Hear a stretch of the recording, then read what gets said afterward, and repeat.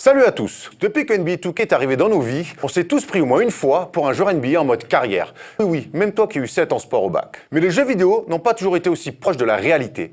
On part même de très, mais alors très loin. Le premier jeu de basket sur console est référencé en 1974, une éternité. Pas de LeBron James contre Steph Curry ou de Spurs face aux Bulls, là c'est pixel contre pixel.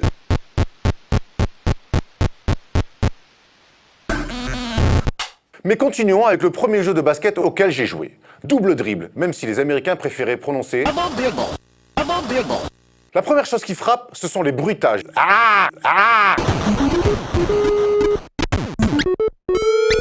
Parquet en fer, ballon en marbre, je me demande encore comment on a pu supporter ça. Arrête, j'ai mal aux oreilles là, stop. Mais on pouvait déjà voir les prémices de plusieurs dunks bien énervés. Encore, fallait-il les réussir. Mais comme tout, les jeux vidéo de basket ont aussi évolué. Doucement, mais vraiment doucement. En 1983, Electronic Arts propose 1-1 Dr. J versus Larry Bird. Et quand on regarde de plus près, on a surtout l'impression de voir E.T. face à Alf. À cette époque-là, la plupart des jeux avaient tous un bug qui permettait de marquer à n'importe quel endroit du terrain, ce qui rendait les matchs vraiment super réalistes.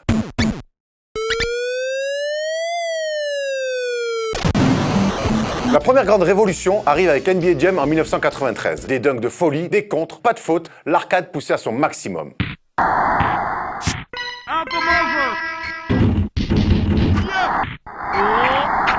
Boum shakalaka! Seul petit bémol, l'absence de Michael Jordan dans le jeu. Monsieur ne se mélangeait déjà pas au... Dans les années 90, toutes les grandes stars ont essayé d'avoir un jeu à leur nom avec plus ou moins de réussite. Magic Johnson et son fast break. En même temps, jouer en 2 contre 2 de tout terrain, tu m'étonnes que tu joues la contre-attaque.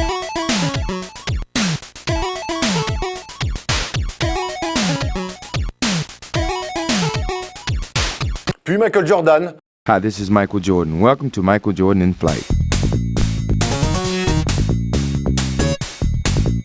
Dans un jeu où apparemment seul le nom de la star suffisait. Pas besoin de vraies équipes, juste un bon nom de village au milieu de l'Arkansas et le tour est joué. Même avec sa majesté, ça reste quand même très limite comme jeu. Charles Barkley lui aussi joue en 2 contre 2 sur un parking de supermarché.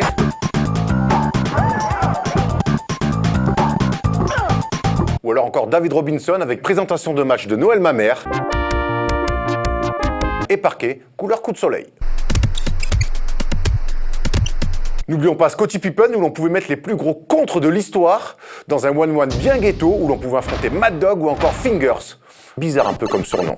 Et en 98, même Kobe Bryant a eu son jeu.